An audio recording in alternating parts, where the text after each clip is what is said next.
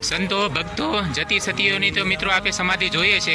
શું આપે ક્યારે કૂતરાની સમાધિ જોઈ છે કે કૂતરો પણ પૂજાતો હોય એવું ક્યારે આપે જોયું છે? તો ચાલો બતાવું. મિત્રો આ પાલીતાણા ભાવનગર રોડ છે અને રોડ પર આવેલી છે કૂતરા દાદાની ડેરી. મિત્રો આપણો ભારત દેશ જે છે એ શ્રદ્ધા ભક્તિ દાન દયા અને ધર્મનો દેશ છે. તો જો તમારામાં કોઈ પણ પ્રકારનો ગુણ હોય છે તો જાનવર પણ પશુ પણ પૂજાઈ જતું હોય છે.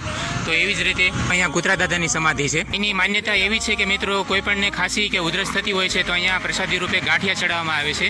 ગાંઠિયાની માનતા આપ અહીંયા માનો છો, ખાંસીને જે છે એ બીમારી જતી રહેતી હોય છે એવી એની શ્રદ્ધા છે.